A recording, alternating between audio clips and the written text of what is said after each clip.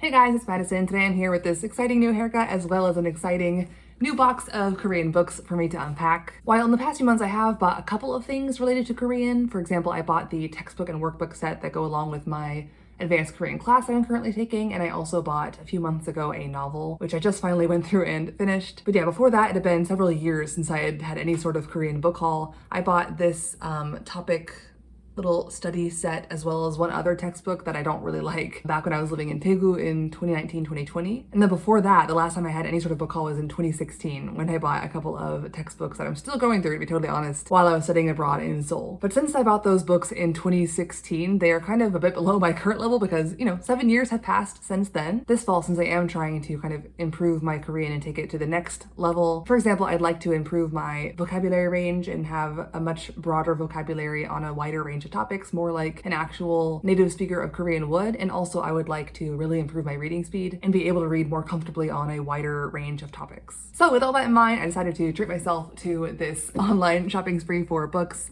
and picked out a few things that I think will be useful in working towards those goals. Let's open it up, shall we? Ta-da! So these are the books that I ordered. I'll kind of introduce them to you guys one by one. Let's start with the novels. So the first novel I decided to get was this one. Let me show you a close up of it. You can see it has kind of this iridescent shimmer and the leaves as well. I don't know how obvious it is in this lighting here, but these leaves on this tree have kind of a shimmer sparkling effect, which is pretty. But yeah, the first book in this series is the one that I picked up earlier this year at the bookstore and bought. It's currently on this bookshelf, and I went in with high expectations because I knew it was a bestseller, and the cover is very pretty, very similar to this one, as you can see. In the first chapter, the main character was like a grandma-ish kind of figure, and I was not expecting grandma from the cover, and so I was like, I don't know if I'm gonna relate to this book. But every chapter had a different POV, and it ended up being a really interesting book, and I really enjoyed it. I've read, I guess now, 3 or 4 adult level novels in Korean, and I'd have to say that the first book in the series was my favorite of the ones that I've read so far. So that is why I chose to pick up the second one. Based on how the first book ended, I have no idea what this book is gonna cover because it seemed like the story arc was tied in a bow very neatly, and kind of the central character is gone now. So I'm not sure what they're gonna do for this book, but I'm excited to see because yeah, it ended up being a very engaging plot. So hopefully the second book will also be the same. But before I actually get into the second book in the series, I think I want to take a break from it for a while because I don't want to have too much of a good thing all at once, and also I don't want to take my too high of expectations into this book and then be disappointed. So when I was trying to think of novels that I could read in the meantime, I was thinking through all the Korean books that I've read so far. Out of the 3 books from the bestsellers table at the bookstore, I've only liked one, and that's the first novel in this series. And so I was trying to think of why I didn't like the other 2 so much, or just couldn't really relate to them very much,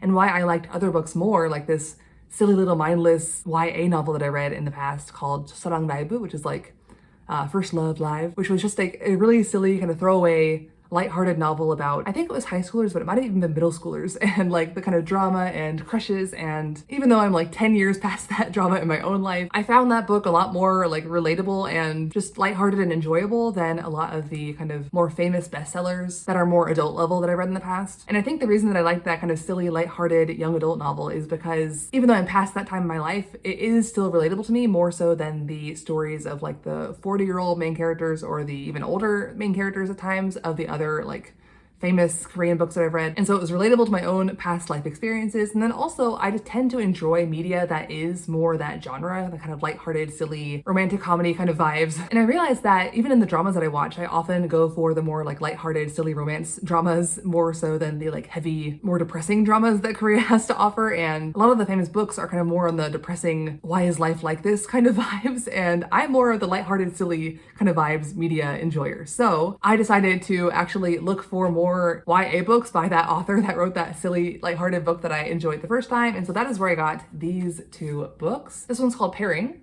and it's about someone who starts hearing someone else's voice, I think, through her earphones. I read the description and it sounded interesting. I don't remember all the details now, but it sounded interesting at the time. And again, it looks like kind of high school age main characters. So I think I'm going to enjoy it, hopefully. And then also similarly, another, I think, high school aged situation over here. And again, I read the description a few days ago and I already forgot what it said, but I think it's someone who like discovers their doppelganger and then things start happening. Again, I'm not sure exactly what it said, but something like that. Those are the two kind of YA fiction novels. As you can see, they're fairly short in comparison to the adult level book that I got. And honestly, I think the fact that they're so short is actually a good thing because I'm trying to, like I said, get more into the groove of reading this fall. And I feel like a couple of short, easy to read, lighthearted books are the perfect way to kind of get me in that reading groove before I jump into a more high level novel, again, like the second book in this series. So those are all the novels that I got in this little book haul. Moving on to the textbooks that I got. Honestly, both of these textbooks are a bit thinner than I had expected. There were no pictures online of how thick they were, so I don't know why I expected them to be thicker, but yeah, honestly, I kind of like that they're so thin because they're a lot more digestible looking when they are thinner rather than these, huge, thick book to go through. The first one I got is this one called 문화가 있는 한국어 읽기. So Korean reading with culture, I guess you could translate that. And it's level 5 out of 6.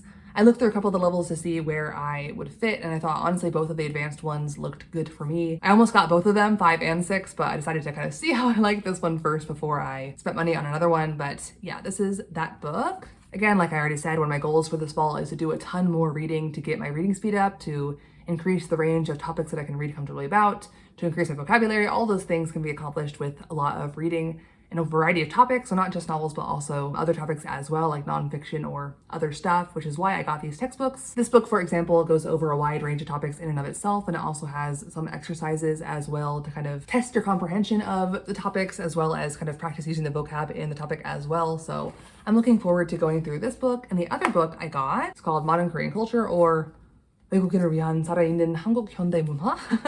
And the reason I got this book actually is I saw Natalia talking about a book in this series in one of her videos. The one she got was actually on Korean history, I believe, and I was looking into getting that book and I saw it was part of a series. While I am still considering getting that history book at some point in the future because I do want to learn a lot more about Korean history because my knowledge is painfully limited about Korean history. For now, I decided that this is more relevant to my more modern daily life. Again, just like the other book, it has some readings as well as some exercises that help you practice the vocab and ideas in those chapters. So once again, looking forward to going through these books. So yeah, those are the 5 books that I got in this little book haul. I'm looking forward to reading them and widening my reading skills and vocabulary skills and all of those different genres and topics. And as a fun finale to this video, I have one more little surprise thing to unbox in this huge box over here. It says it's a desk organizer, but it's not. So a year ago, I got this little Khan plushie as part of my Halloween costume. I was Muji, and Muji is usually with Khan in the little Kakao Talk